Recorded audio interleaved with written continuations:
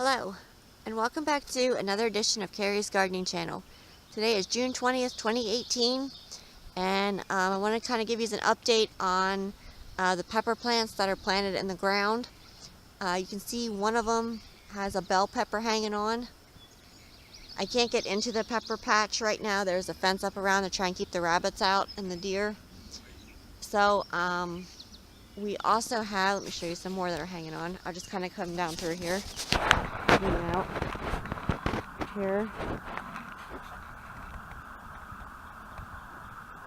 I want to give you an update on these. And these here, I believe, are the banana peppers here. With some of those hanging on. And we also have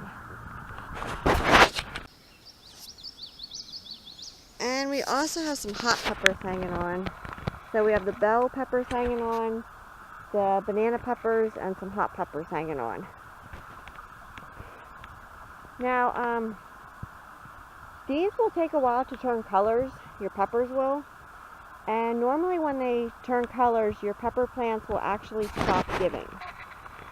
So, if you want to take your first peppers off when they're green to get more of a harvest out of them, you want to take a pruners and you want to cut the pepper off from the stem using a pruners. If you pull them off, you risk damaging or breaking the stems.